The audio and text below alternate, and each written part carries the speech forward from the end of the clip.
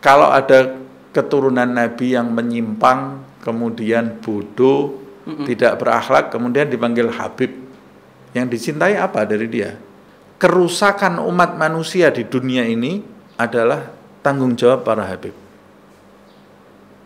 Kalau Habib itu rusak, maka akan menjadikan umat manusia di sekelilingnya juga rusak. Jadi untuk memperbaiki umat manusia ini, nomor satu yang harus kita tuju adalah memperbaiki keturunan Nabi Muhammad SAW, memperbaiki para Habib.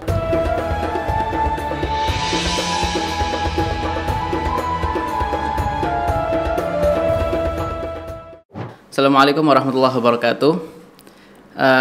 Sobat Mahya, kembali lagi bersama kami di Bedah Buku. Pertemuan kali ini kita akan membahas buku yang disusun oleh Ustadz Husain Nabil, yang beliau ada di depan kita. Assalamualaikum Ustadz, apa kabar? Waalaikumsalam warahmatullahi. Sehat hari ini? Alhamdulillah. Lancar semua kegiatan? Alhamdulillah. Aman? Alhamdulillah. Ustadz Husain Nabil ini menyusun kitab Iqdul Yawaqid yang diterjemahkan ke bahasa Arab menjadi Tarekat Para Habib. Nah, kitab Iqdul Yawaqid itu ditulis oleh seorang ulama dari Hadramut ya. Yang bernama Habib Idrus bin Umar Al-Habsyi. Benar. Nah, kemudian dalam konteks Indonesia disusunlah oleh tim di Indonesia, termasuk Ustadz Husain Nabil ini. Diterjemahkan oleh siapa kemarin? Jadi begini, saya hanya mengutip dari kitab Iqdul Yawaqid itu, kemudian diterjemahkan oleh Ustadz Muhammad bin Ahmad bin Hadi. Dia alumni Al-Ahqaf, ya. Alumni Al-Ahqaf. Oh, jadi kitab ini tukilan dari beberapa bab dari kitab Iqdul Yawaqid ya. Betul. Kemudian kami beri judul Tarekat Para Habib ini. Nah, itu yang ingin saya bahas pertama. Kenapa ketika setelah diterjemahkan dan disusun, akhirnya memilih judul Tarekat Para Habib? Apa makna dari tarekat dan Habib di buku ini? Fadhol Ustaz. Nah, begini, judul Tarekat Para Habib itu memang lebih familiar di telinga orang Indonesia. Pertama, istilah tarekat. Nah, kita sering dengar lah istilah-istilah tarekat gitu ya. Kemudian istilah Habib itu lebih terbiasa di telinga orang Indonesia, di telinga kita semua maksudnya ya. Jadi makanya kita pilih itu judul Tarekat Para Habib. Nah, sebetulnya arti tarekat itu apa dan maksud Habib itu apa? Nah, kalau tarekat itu sebetulnya berasal dari bahasa Arab, ya. Dari tariqah. Dalam bahasa Arab, tariqah itu artinya jalan. Jadi tarekat itu sendiri sebetulnya mengarah kepada jalan hidup seseorang atau jalan hidup sekelompok orang. Oh, berarti tarekat dalam buku ini konteksnya konteks bahasa Arab ya, bukan dalam konteks tarekat dalam Indonesia. Dalam bahasa Indonesia kemudian kan tariqah jalan hidup itu kemudian disebut dengan tarekat. Nah, jadi menurut saya memiliki makna yang sama antara tarekat dengan tariqah gitu ya. Iya. Karena begini, ketika kita perhatikan kembali Bapak ya, kemarin kita cari istilah tarekat. Nah, kalau kita tulis dalam bahasa Arab dan kita cari di kamus, artinya sebagaimana yang antum jelaskan, jalan hidup, metode atau cara begitu. Nah, tetapi ketika dalam konteks bahasa Indonesia, kata tarekat dalam konteks bahasa Indonesia, maka itu bermakna mengarah ke tasawuf atau sufi begitu. Ya, memang. Jadi di sini konteksnya bahasa Indonesia, gitu ya? Ya, memang tarekat itu yang menggunakan istilah tariqah itu memang kaum sufi. Yang menggunakan istilah itu adalah kaum sufi. Dan itu kan hanya sekedar istilah sebetulnya. Nah, istilah itu ada macam-macam. Dalam ilmu fikih ada istilah-istilah, dalam sejarah, dalam ilmu hadis ada istilah yang dulu di masa Nabi Muhammad SAW istilah-istilah itu tidak ada. Cuma kemudian diciptakan nama-nama itu, istilah-istilah itu supaya mempermudah saja bagi seseorang dalam memahami. Begitu juga dalam pelajaran ihsan, namanya pelajaran rukun yang agama, berkaitan dengan tasawuf itu berkaitan dengan ihsan, gitu ya. Usuluddin itu ada 3 itu ya, rukun iman, rukun Islam, dan rukun ihsan. Nah, rukun iman berkaitan dengan akidah, rukun Islam berkaitan dengan tata cara, mempelajari bagaimana tata cara ibadah kepada Allah Subhanahu wa Ta'ala. Sedangkan rukun ihsan itu berkaitan dengan kesempurnaan dalam beribadah dan dalam mengimani Allah Subhanahu wa Ta'ala. Nah, itu berkaitan dengan masalah hati, masalah akhlak, masalah adab, etika, kemudian berkaitan juga dengan masalah sikap sehari-hari. Nah, sebetulnya tasawuf itu yang berkaitan dengan hal-hal seperti itu. Nah, thariqah itu sebetulnya, jalan hidup itu sebetulnya yang berkaitan dengan tarekat itu ya. Jalan hidup itu sebenarnya bagaimana kita mewujudkan dalil-dalil yang kita fahami dari Al-Quran dan dari hadis, hal-hal yang kita imani, dan mewujudkan ibadah kita sehari-hari dalam kehidupan kita sesama umat manusia dan dalam hubungan kita antara pencipta. Oh, berarti mewujudkan di sini maksudnya tata cara mempraktekkan dalil-dalil tersebut begitu? Iya, ya. Karena kan bisa jadi orang dalam mewujudkan dalil itu bisa jadi dia salah dalam mewujudkan dalil itu, bisa jadi dalam mewujudkan dalil itu dia mendahulukan hal yang tidak primer. Seperti apa itu? Umpamanya ini ya,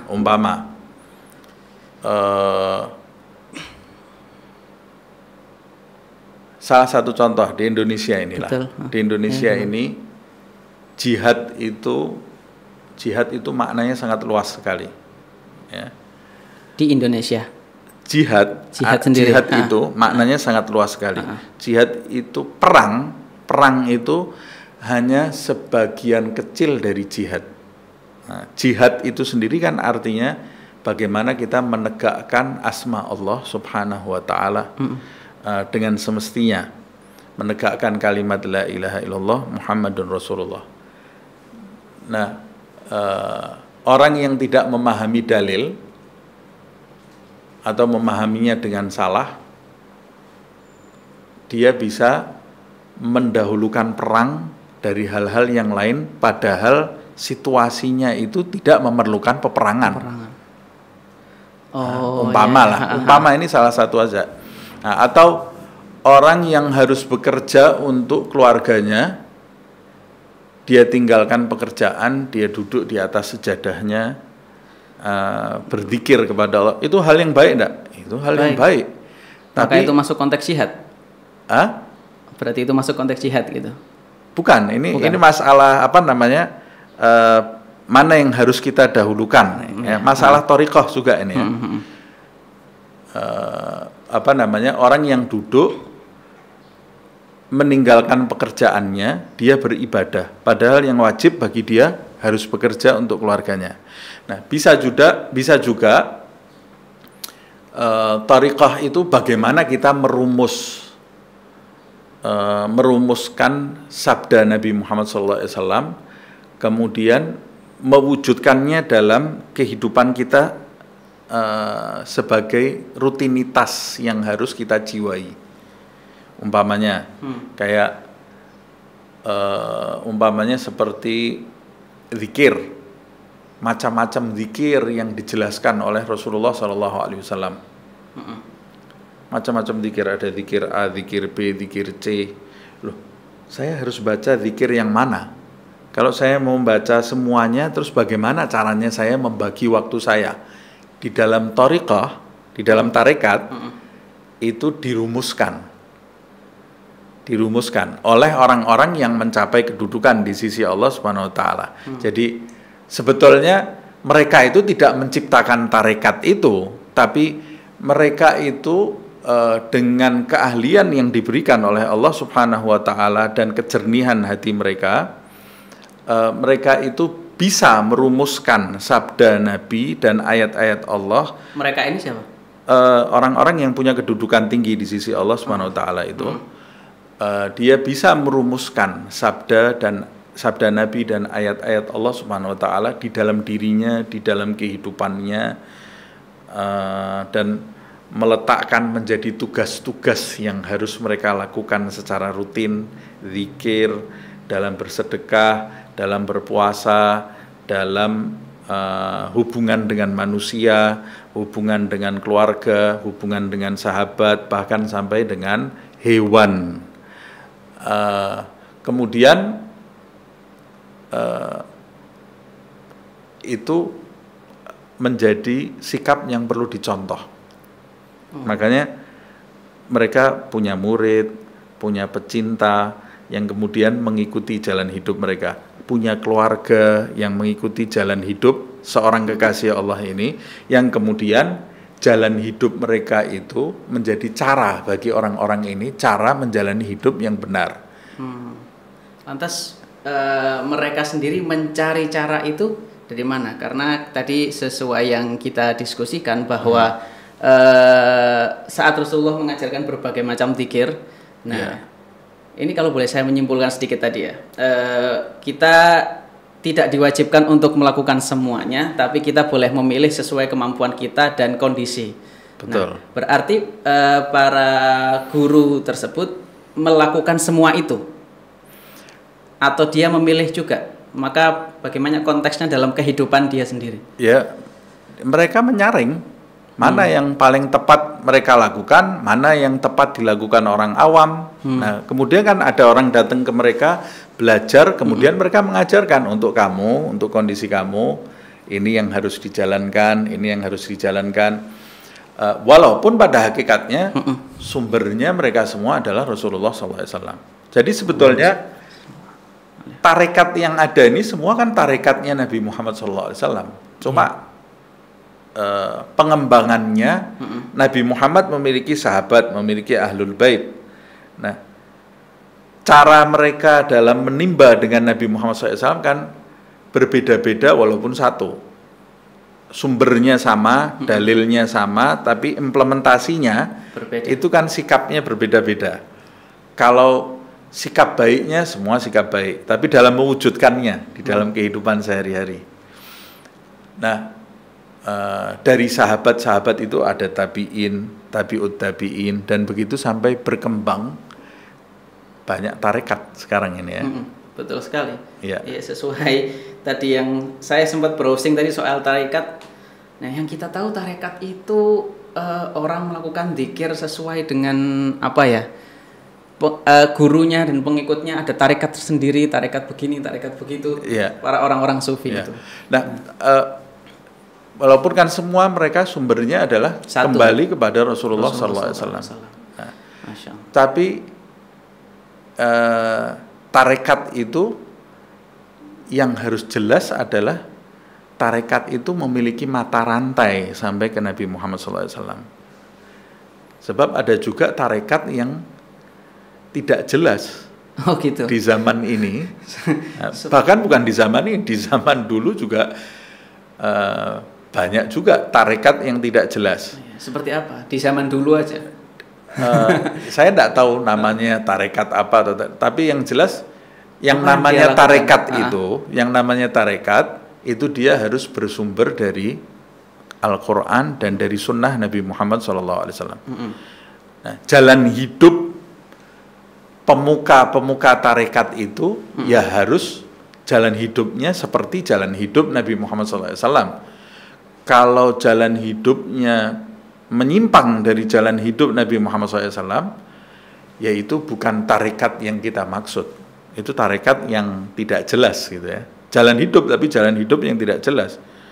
Karena bisa jadi jalan hidup itu ya jalan hidupnya setan, atau jalan hidupnya orang-orang yang sesat, thariqahnya setan, thariqahnya orang yang sesat. Makanya salah satu contohnya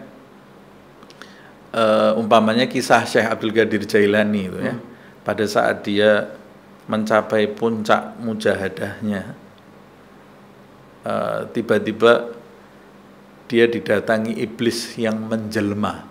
Iblis itu menjelma seperti cahaya yang sangat terang sekali.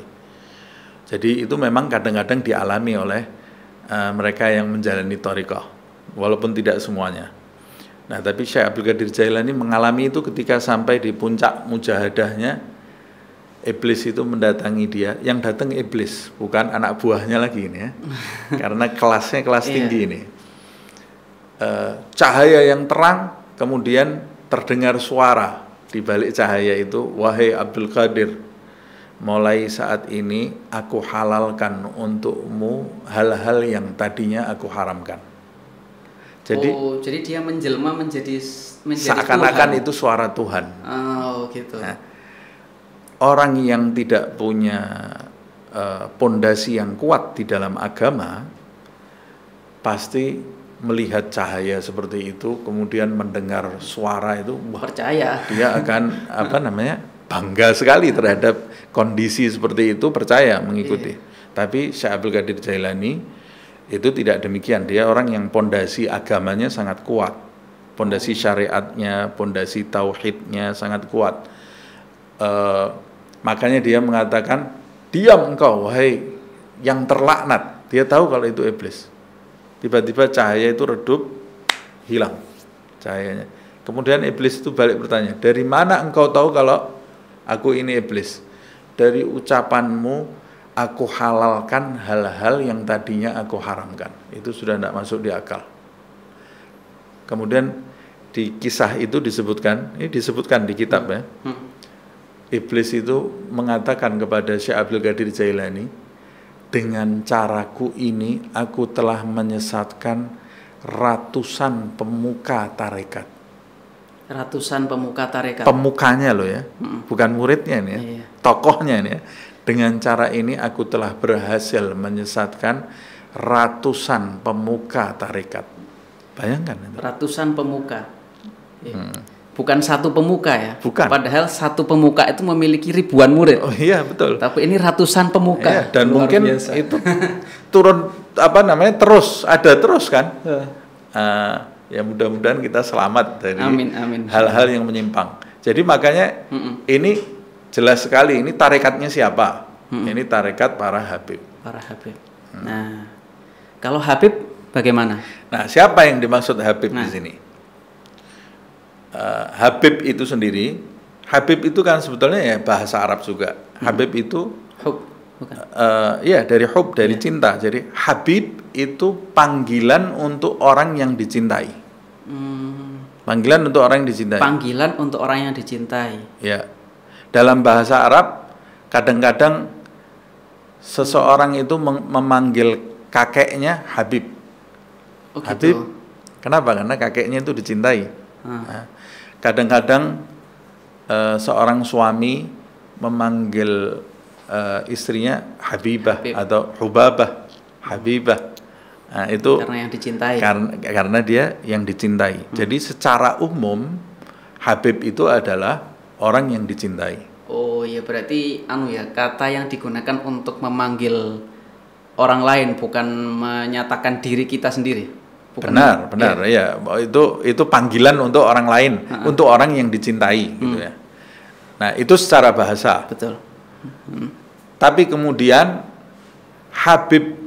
kata Habib ini menjadi istilah digunakan oleh para pecinta Nabi Muhammad SAW dan pecinta keluarga serta keturunan Nabi Muhammad SAW. karena mereka cinta kepada Nabi Muhammad. Sumbernya karena kecintaan kepada Nabi Muhammad SAW. Siapa yang cinta kepada Nabi pasti cinta kepada keluarganya, Nabi, pada keluarga Nabi, pada keturunan Nabi Muhammad SAW. Itu sudah satu paket. Karena di dalam hadis kan disebutkan ahibbullah lima yaghdukum bihi min ni'amihi wa ahibbuni li hubbillah wa ahibbu ahla baiti li hubbi. Cintailah Allah Subhanahu wa taala yang memberikan asupan kepadamu setiap saat. Nikmatnya itu terus tercurahkan kepadamu. Dan cintailah aku, kata Rasulullah, sebagai bukti cintamu terhadap Allah. Berarti satu paket. Orang yang cinta Allah harus cinta Nabi Muhammad SAW. Kemudian Nabi mengatakan, wa ahibbu ahla baiti li hubbi. Dan cintailah ahlul baitku sebagai bukti cinta kalian kepadaku. Itu satu paket juga. Nah, walaupun cinta kepada ahlul bait ini kan harus dijelaskan. Nanti mungkin kita akan bahas di dalam buku ini. Cinta itu bukan cinta buta yang kemudian ada orang salah kemudian kita tutup mata. Nah, tidak seperti itu. Nanti itu akan kita bahas di dalam kitab itu. Iya, ini menarik ya. Saya jadi berimajinasi bahwa konsep barusan itu mengingatkan saya pada konsep ekonomi. Ada konsep marketing namanya multi level marketing. Nah, itu kan ketika kita menguntungkan atasnya memberikan memberikan keuntungan pada bawahnya, bawahnya memberikan keuntungan kepada bawahnya, dan keuntungan dari bawah ini nanti akan sampai ke atas dan ke atasnya lagi. Menarik ya. Jangan-jangan multi level marketing itu diambil dari rasa cinta ya. Luar biasa ini. Saya kurang memahami itu apa itu multi marketing itu. Nah, baik, berarti Habib di sini menunjukkan tentang kelompok atau orang tertentu atau bukan dari istilah bahasa itu Habib itu. Makanya Habib itu bisa digunakan oleh siapapun sebetulnya. Bisa ditujukan kepada siapapun. Orang Arab ini manggil kakeknya ya Habib. Dia mau keturunan Nabi atau bukan keturunan Nabi, itu bahasa Arab. Nah, tapi para pecinta Nabi Muhammad SAW dan keturunannya memanggil keturunan Nabi itu dengan istilah Habib. Nah, itu yang lebih akrab di telinga penduduk Indonesia, di telinga kita. Nah, walaupun panggilan untuk keturunan Nabi itu sebetulnya bukan cuma Habib saja, bukan cuma Habib. Jadi mengalami beberapa perubahan gitu ya. Dulu keturunan Nabi itu di era Ali Zainal Abidin Ibn Husain, di era Sayyidina Husain, di era Imam Ja'far As-Sadiq, dia dipanggilnya imam.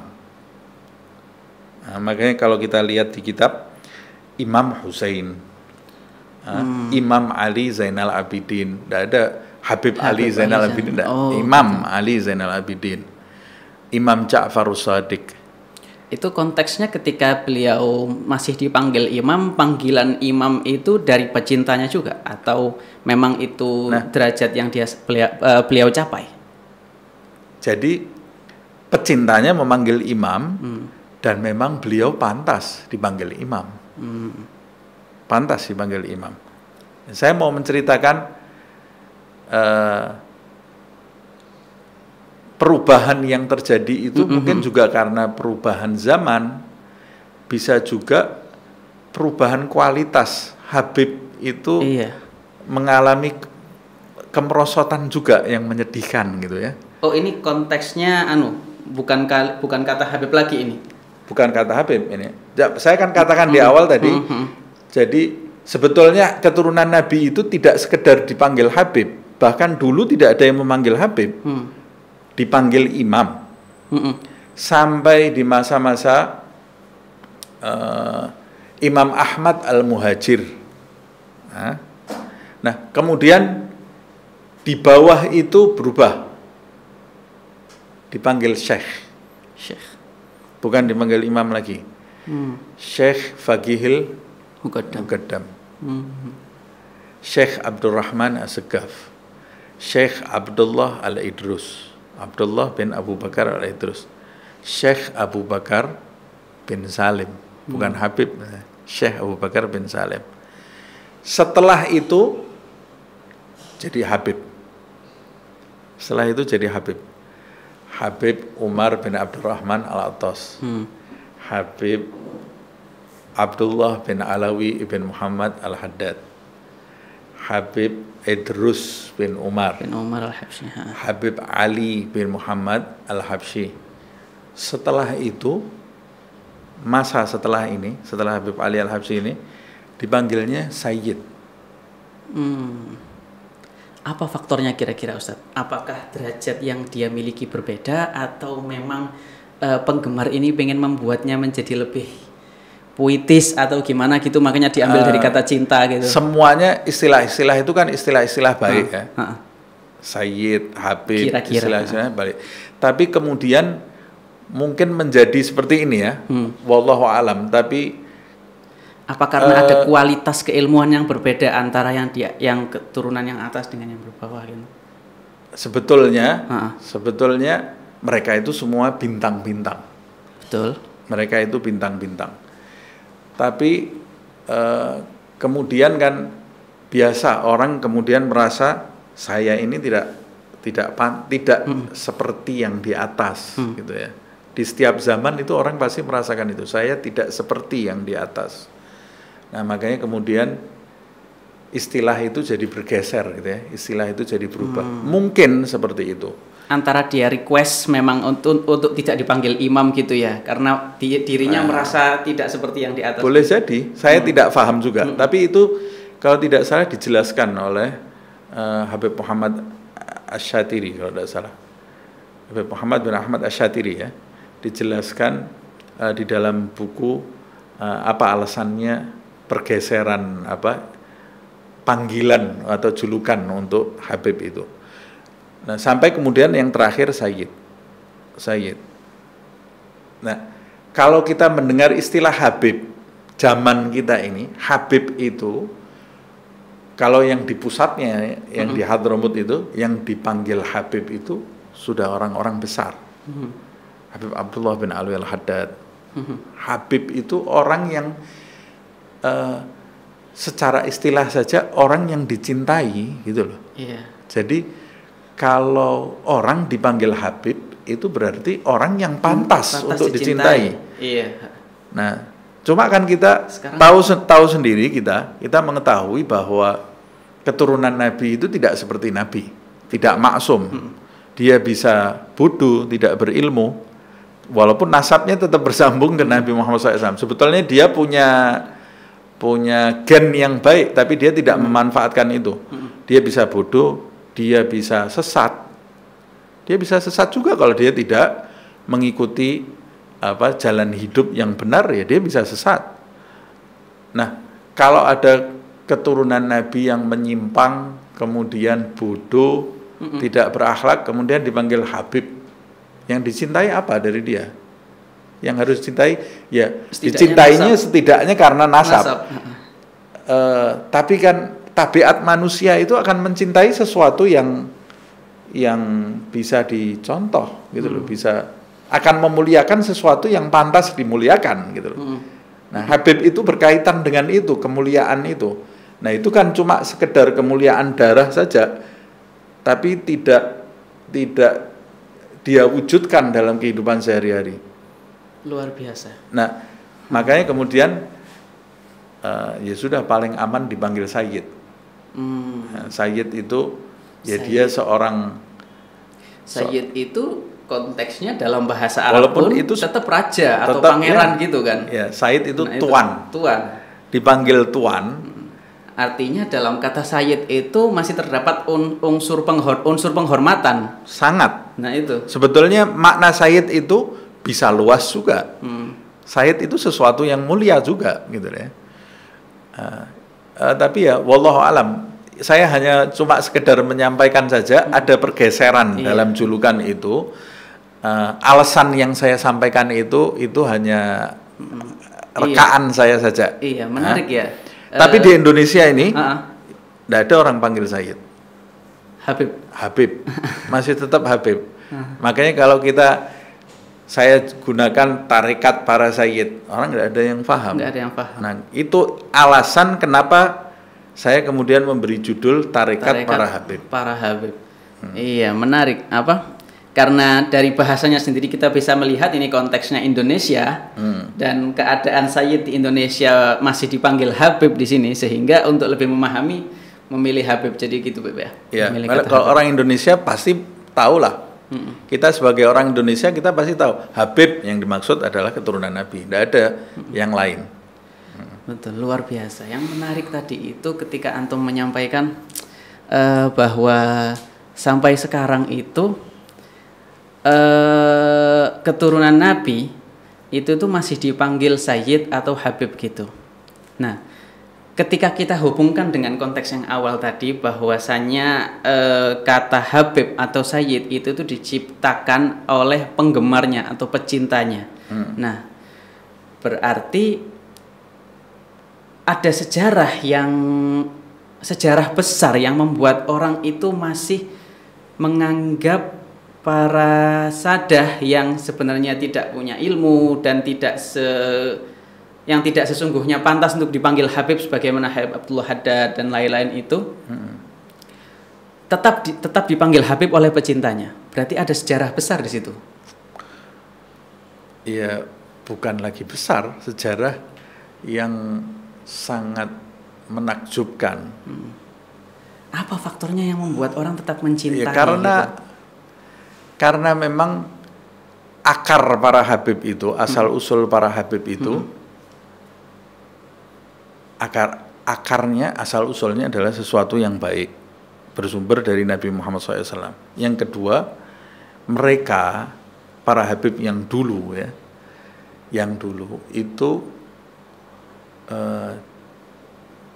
cerminan dari Nabi Muhammad SAW, cermin dari Rasulullah SAW, sehingga masyarakat yang hidup atau manusia yang hidup setelah Nabi Muhammad SAW yang tidak mengalami masa Rasulullah SAW, dia itu melihat pantulan Nabi Muhammad SAW di dalam kehidupan para Habib itu, sampai mereka yang membawa masuk Islam ke Indonesia ini. Yang membawa masuk Islam ke Indonesia ini adalah Bani Alawi. Bani Alawi itu adalah para Habib itu. Nah, mereka membawa manfaat yang luar biasa. Nah, kalau para Habib yang di zaman ini, yang antum katakan tadi, yang tidak berilmu kok masih dicintai. Nah, itu. Ya, mereka hanya mendapatkan manfaat saja dari perjuangan orang-orang terdahulu. Gitu ya. Ya, karena rasa cinta. Kembalinya lagi karena rasa cinta. Kalau orang tidak kenal, tidak akan timbul rasa cinta itu. Tapi karena sekelompok orang ini kenal dengan perjuangan kakek-kakeknya, dan ujung-ujungnya kan itu perintah dari Nabi Muhammad SAW. Perintah mencintai itu tidak ada syarat kan? Di dalam hadis yang saya bawa tadi, perintah mencintai Ahlul Bait, yang dimaksud Ahlul Bait itu kalau di dalam pengertian Ahlus Sunnah wal Jamaah, yang dimaksud Ahlul Bait oleh Rasulullah di dalam hadis itu adalah Ahlul Kisah dan keturunannya. Dan itu tanpa syarat. Nah, dia orang yang baik atau dia orang yang buruk harus dicintai. Tapi, ada tapinya. Cara mencintainya bagaimana? Sebetulnya secara umum kita ini diwajibkan mencintai umat Nabi Muhammad enggak? Diwajibkan? Tidak. Wajib ya? Iya. Kita ini umat wajib. Nabi Muhammad, bukan Nabi Muhammad. Bukan, kita wajib mencintai.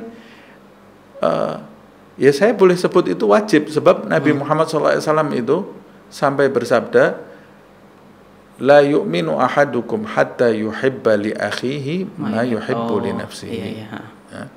Tidak sempurna iman seseorang di antara kalian hingga kalian mencintai untuk saudaranya seperti yang dia cintai untuk dirinya. Berarti kan kalau tidak sempurna iman kita sampai kita menginginkan kebaikan untuk saudara kita seperti kebaikan yang kita inginkan untuk diri kita. Kalau tidak, kita tidak sempurna. Berarti cinta itu wajib. Kalau tidak, iman kamu tidak sempurna. Iya kan? Yeah. Nah, mencintai itu tanpa syarat atau dengan syarat? Tanpa syarat. Tanpa syarat. Siapapun umat Muhammad SAW harus kita cintai. Iya. Wajib kita cintai.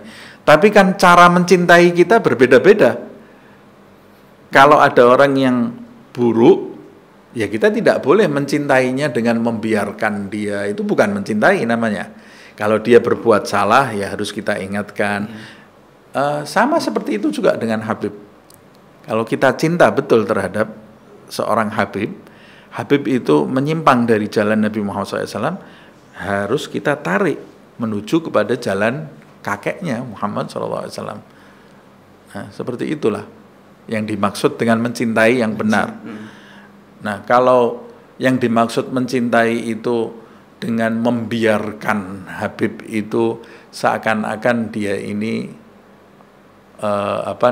punya free pass di bumi ini, bisa melakukan apa saja, berbuat kerusakan, memecah belah umpamanya. Itu bukan cinta namanya, itu kamu menjerumuskan. Kita kalau cinta dengan anak kita salah, kita ingatkan enggak? Kita ingatkan. Itu namanya cinta. Nah, begitu juga cinta kepada siapapun, ya, termasuk cinta kepada Habib. Berarti ini yang terkait masalah Habib yang dia berbuat kerusakan itu, apakah itu pesan untuk para pecintanya atau ke sesama Habibnya? Semuanya. Semuanya. Terutama termasuk pecintanya. Pecintanya, keluarganya. Man ra'a minkum munkaran falyughayyirhu biyadihi fa in lam yastati' fa bilisanihi fa in lam yastati' fa biqalbihi, kata Rasulullah. Siapa di antara kalian yang melihat kemungkaran itu segala sesuatu yang tidak pantas dilakukan di hadapan, di kerajaan Allah Subhanahu wa taala. Siapa di antara kalian yang melihat, bukan katanya ini ya, yang melihat kemungkaran, maka hendaklah dia merubahnya dengan kekuasaan yang dia miliki jika dia punya kuasa. Kalau tidak punya kuasa, dengan nasihat yang baik. Kalau tidak punya nasihat yang baik, minimal berdoa atau hatinya mengingkari perbuatan itu. Siapapun itu, mau Habib, mau non Habib, mau anak kiai, mau anak siapapun, tidak ada hak khusus dari Allah Subhanahu wa taala untuk melanggar perintahnya. Makanya sampai Nabi Muhammad SAW itu di dalam sabdanya mengatakan, kalau andai kata umpamanya Fatimah putriku mencuri, padahal Fatimah ini mungkin bisa saya katakan tidak mungkin berbuat itu. Tidak mungkin dia berbuat seperti itu. Pastilah kalau Fatimah. Tapi yang mau saya katakan, Fatimah ini mungkin orang yang paling dicintai oleh Rasulullah SAW.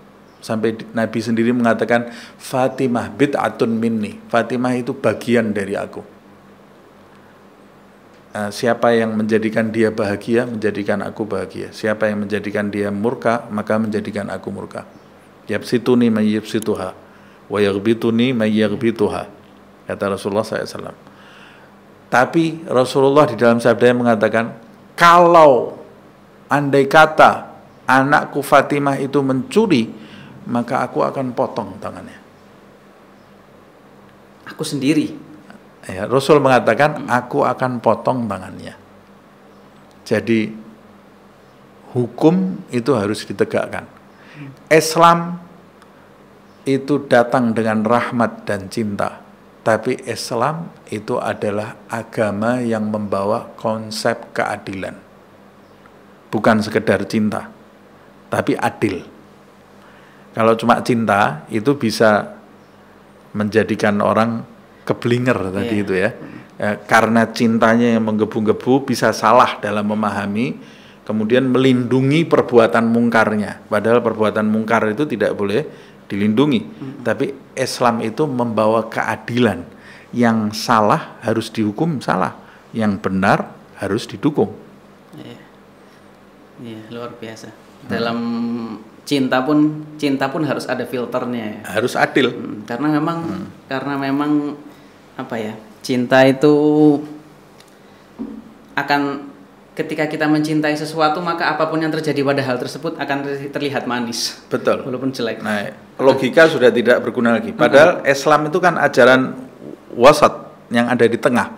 Tidak terlalu ke kanan, tidak terlalu ke kiri, tapi Islam itu ajaran yang ada di tengah. Nah, ahlul kitab itu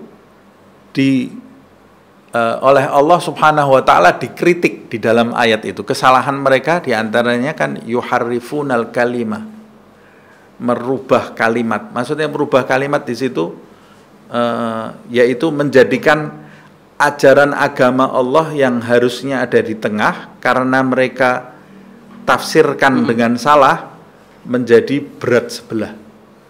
Ajaran kalau sudah berat sebelah itu kekacauan di mana-mana, akan timbul kekacauan. Nah, Islam itu ajaran yang di tengah. Oh iya, paham. Baik, sebenarnya masih muncul banyak pertanyaan saya karena apa ya, pembahasan tentang hub ini tidak akan ada habisnya gitu. Betul. Nah itu. Nanti kita akan bahas di dalam bab per babnya, semua berkaitan dengan itu. Nah, satu, ini buku ini sebetulnya di dalamnya isinya cambuk bagi para habib. Cambuk bagi para habib. Jadi peringatan untuk para habib. Nanti itu akan kita bahas. Tapi tidak menutup kemungkinan yang selain habib pun untuk mengikuti, untuk membaca buku ini dan untuk mengikutinya. Sebab cambuk untuk para habib itu secara khusus dan secara umum untuk semuanya. Bisa dijelaskan sedikit sekelumit mungkin dari secara general bab per bab dari buku ini nih? Seperti yang saya sampaikan tadi ya. Jadi sebetulnya kenapa sih saya menyusun buku ini dan memilih bab-babnya dari kitab aslinya itu Iqdul Yawaqit itu ya. Kita juga belum membahas pengarangnya ini ya. Pengarangnya kan Habib Idrus bin Umar Al-Habsyi ini seseorang yang memiliki kedudukan tinggi di sisi Allah Subhanahu wa taala. Dan dia termasuk allamah. Allamah itu yang menguasai banyak jenis ilmu. Dia juga dijuluki imam dalam sanad keilmuan, dalam mata rantai keilmuan. Oh, itu mungkin yang dimaksud dalam cover buku ini Al-Musnid itu bukan? Al-Musnid. Ya. Dan dia imam dalam hal tersebut.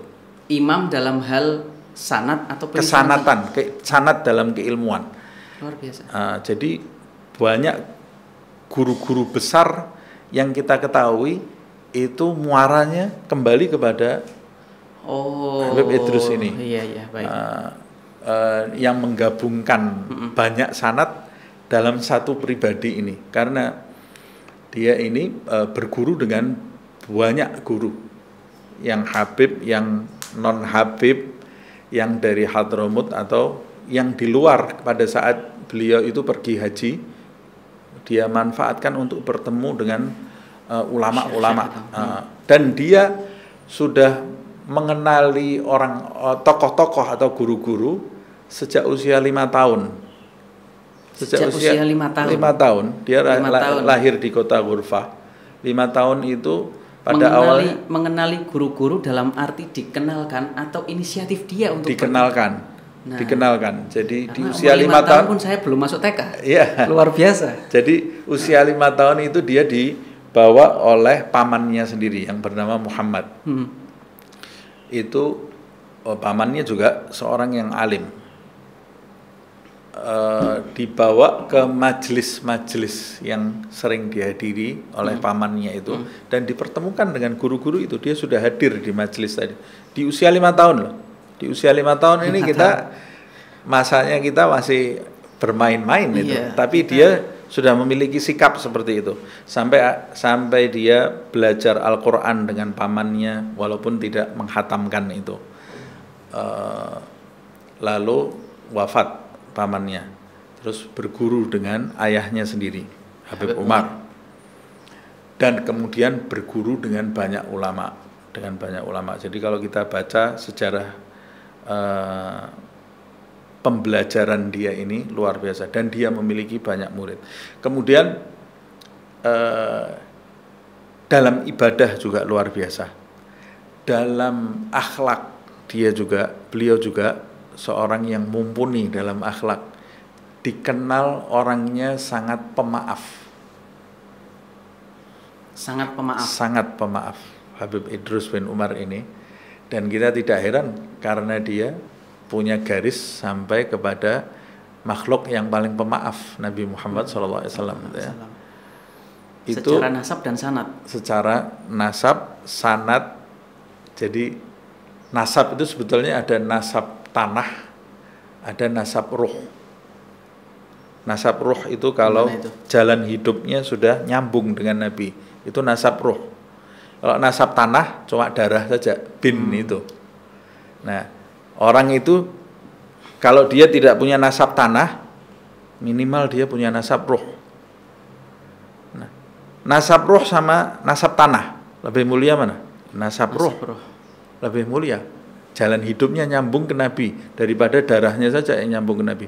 Tapi kalau bersambung atau terkumpul di dalam diri seseorang nasab tanah dan nasab ruh, itu lebih utama lagi.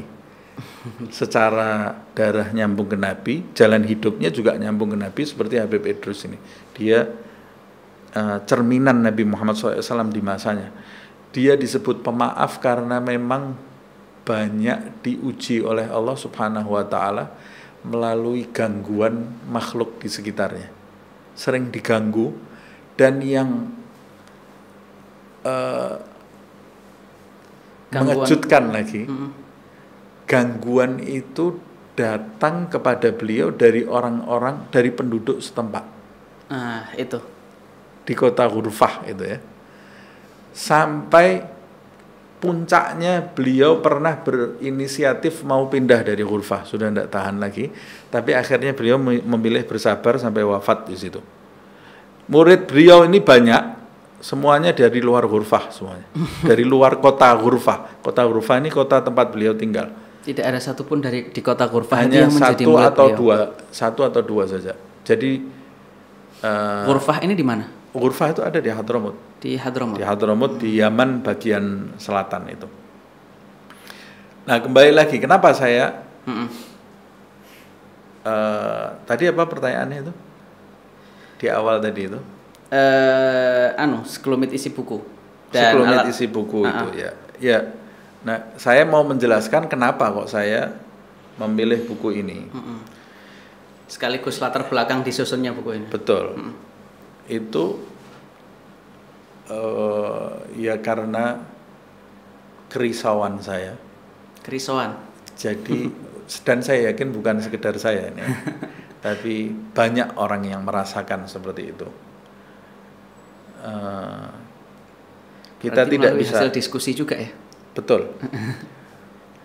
Kita tidak bisa menutup mata bahwa zaman ini sudah penuh dengan fitnah, penuh dengan informasi yang tidak jelas, berita hoaks yang itu terus-menerus disuguhkan kepada kita.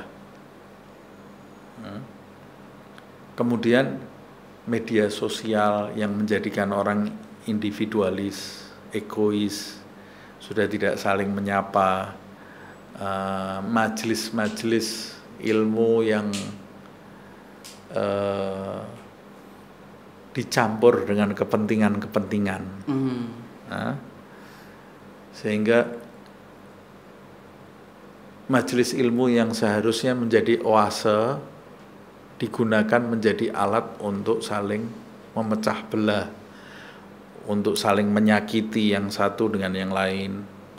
Nah, itu zaman fitnah. Ini zaman kita ini. Dan yang lebih menyedihkan lagi,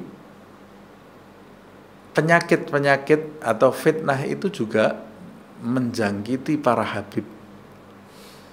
Nah, seharusnya para habib itu punya kelebihan, seharusnya. Kalau dia mau memanfaatkan kelebihan tadi, betul-betul menekuni kelebihan tadi. Habib itu kan sebetulnya bukan sekedar kelebihan, karena di balik setiap nikmat itu ada tuntutan. Di balik setiap nikmat itu ada tuntutan dari Allah Subhanahu wa taala.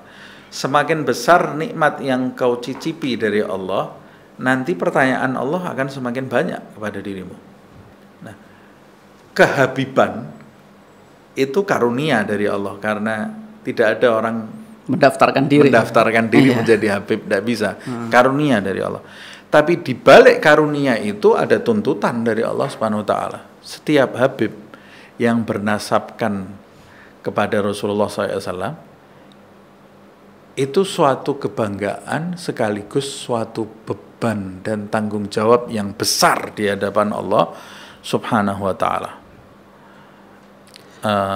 yang ada di pundak mereka. Tanggung jawab itu dirasakan oleh sekerumit habib atau wajib dirasakan oleh semua habib? Ya, bagi mereka yang apa bukan dirasakan ya, dipertimbangkan lah. Ya, bagi mereka yang mengenal jalan hidup datuk-datuknya dan sumbernya Nabi Muhammad SAW, ya dia akan memahami itu. Bagi yang tidak mengenalnya, ya dia tidak akan memahami itu atau bahkan mungkin memanfaatkan itu, dan itu sesuatu yang menjijikkan. Nah, sesuatu yang menjijikkan, memanfaatkan nasab kepada Nabi Muhammad SAW untuk kepentingan duniawi, itu nanti akan dibahas. Oh, terjadi. Ya? Terjadi. Ya. Oh. Tapi lepas dari semua itu, situasi yang seperti ini, situasi seorang habib yang seharusnya memiliki tanggung jawab memperbaiki umat, tapi karena bobroknya zaman ini, habib itu yang seharusnya memperbaiki perlu diperbaiki. Yang seharusnya memperbaiki perlu diperbaiki. Ya. Iya. Dokter yang seharusnya memberi obat, dokternya sakit juga. Perlu diobati. Iya. Nah, ini zaman ini seperti itu. Kemana dia harus berobat? Nah itu. Nah, itu makanya makanya jadi pertanyaan. Ya, sebetulnya obatnya sudah ada di hadapan dia, tinggal dia menelannya. Nah, makanya buku ini sebetulnya obat untuk para habib dan untuk orang-orang yang bukan habib juga bisa berobat melalui ini, tapi dikhususkan untuk para habib. Kenapa? Pertama, kalau tidak salah Sayyidina Habib Ahmad bin Hasan Al-Attas, kalau tidak salah ya, Habib Ahmad bin Hasan Al-Attas, dia mengumpamakan atau menerjemahkan, menafsirkan hadis Rasulullah SAW, inna fil jasadi mudghah idza salahat jasadu kulluhu wa idza fasada jasadu kullu ala hiya al-qalb, kata Rasulullah. Atau kama qala Nabi. Dikutip di pengantar sini. Itu saya cantumkan di pengantar buku itu. Dia mengatakan sesungguhnya di dalam jasad seseorang itu terdapat sekerat daging, yang mana jika sekerat daging itu baik, maka seluruh tubuhnya akan baik. Jika sekerat daging itu buruk, maka seluruh tubuhnya akan buruk. Ala wahyal qalb, kata Rasulullah, sekerat daging itu adalah jantung. Jantung itu ada yang fisik, ada yang non-fisik. Yang non-fisik itu yang kemudian kita sebut-sebut dengan hati. Padahal hati itu kan liver, lain lagi ya. Tapi itu kan salah kaprah, kita bisa paham. Sesuai konteksnya lah. Iya. Nah, memang dalam kehidupan sehari-hari jantung itu kan paling penting di jasad. Begitu jantungnya rusak, tubuh yang lain bisa sakit semuanya. Nah, di dalam kehidupan rohani, dalam rohani itu dalam jasmani, dalam rohani jantung yang non fisik itu yang paling penting, karena jantung yang non fisik yang tempatnya menurut ulama di jantung fisik itu satu-satunya modal kita dalam mendekat kepada Allah Subhanahu wa taala. Karena jantung yang non fisik atau yang disebut hati itu tempat penglihatan Allah Subhanahu wa taala. Tempat puncak penglihatan Allah terhadap manusia, tumpuannya ke hati ini. Seperti yang disebutkan di hadis, innallaha la yanzuru ila suwarikum wala ajsadikum walakinallaha yanzuru ila qulubikum. Allah tidak memandang tampangmu, parasmu, pangkatmu, pakaianmu, tapi yang dipandang Allah adalah hatimu. Nah, tapi uniknya Habib Ahmad bin Hasan Al-Attas ini menafsirkan hadis tadi. Jadi menangkap isyarat dari hadis tadi bahwa yang dimaksud jantung itu adalah para habib. Jantung itu para habib. Jasad itu seluruh muslim, seluruh umat manusia. Dalam konteks kehidupan ini ya? Dalam konteks kehidupan. Makanya dalam hadis yang lain Rasulullah akan mengatakan muslim dengan muslim itu kal jasadil wahidah. Muslim dengan muslim yang lain itu seperti satu tubuh. Jika yang satu sakit, maka yang lain juga merasakan sakit. Oh, antar sesama muslim. Antar sesama muslim. Nah, muslim yang satu dengan muslim yang lain itu seperti satu tubuh, satu jasad. Jantungnya adalah keturunan Nabi Muhammad SAW. Jadi dia mengatakan kerusakan umat manusia di dunia ini adalah tanggung jawab para habib. Kalau habib itu rusak, maka akan menjadikan umat manusia di sekelilingnya juga rusak. Jadi untuk memperbaiki umat manusia ini, nomor satu yang harus kita tuju adalah memperbaiki keturunan Nabi Muhammad SAW, memperbaiki para habib. Umat manusia berarti termasuk non-muslim? Iya, termasuk non-muslim. Karena non-muslim kan punya kesempatan untuk mengetahui jalan yang benar. Betul. Non-muslim kan tidak membaca Al-Quran, tidak membaca hadis. Non-muslim itu membaca orang muslim. Kalau orang muslimnya bertingkah yang tidak baik, ya dia akan membaca Islam itu seperti itu. Nah, bagaimana kalau yang dia baca itu habibnya? Iya. Berpengaruh, sangat berpengaruh sekali. Nah, makanya kemudian inisiatif untuk menyusun buku ini, Tarekat Para Habib. Ini mengingatkan saya pada satu konsep umum ya. Yeah. Konsep tentang yang kita diajarkan di sekolah-sekolah dulu. Yeah. Konsep tentang hari akhir, kiamat. Bahwasanya kita tuh diceritakan bahwa di hari akhir nanti dunia ini akan berisi orang yang tidak beriman. Jadi orang beriman di dunia ini tidak ada. Apa mungkin efeknya itu berarti Habib ini juga sudah tidak ada nanti di hari akhir itu, karena tidak ada orang beriman. Ya, bukan cuma Habib saja. Bahkan di hari itu kan orang Islam nanti sudah tidak ada. Sudah tidak ada Islam, tidak ada Al-Quran, semuanya terangkat semuanya. Berarti yang tidak ada dulu siapa? Kalau di dalam riwayat banyak sekali, walaupun itu kan kita harus merujuk ke riwayat itu. Keturunan Nabi itu akan habis dulu, baru kemudian Al-Quran terangkat. Karena Nabi kan mengatakan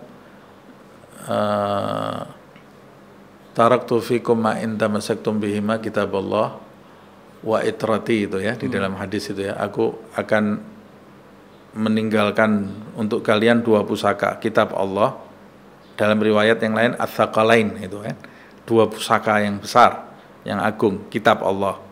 Yang kedua adalah itrahku, keturunanku. Nabi mengatakan la yatafarraqa, keduanya tidak akan terpisah. Antara itrah dengan Al-Qur'an. Itu tidak akan terpisah. Itrah itu keturunan Nabi. Tidak akan terpisah. Sebagian ada yang mengatakan selagi ada keturunan Nabi, Al-Qur'an itu ada. Selagi ada Al-Qur'an, ada keturunan Nabi. Tapi buat saya memahami hal-hal seperti itu kurang penting. Tapi yang paling penting adalah seperti orang tanya ke Nabi Muhammad SAW Badui, mata sa'ah, ya Rasulullah, kapan itu kiamat? Bukan. Oh, bukan. Itu lain lagi, itu hadis lain lagi. Oh, lain lagi.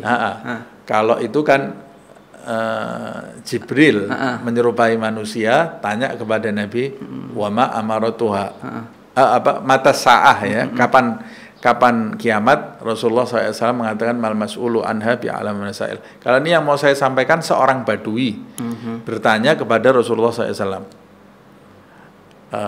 ya Rasulullah, kapan kiamat itu?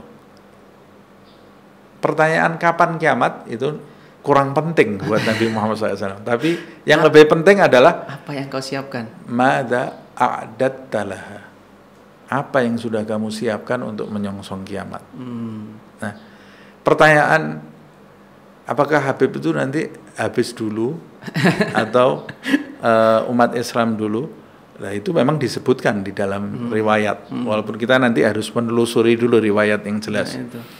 Tapi yang lebih penting dari itu, bagaimana mengembalikan Habib itu pada posisinya, yaitu kembali kepada jalan tariqah datuk-datuknya yang benar, yaitu kalangan Bani Alawi, dari kalangan Bani Alawi.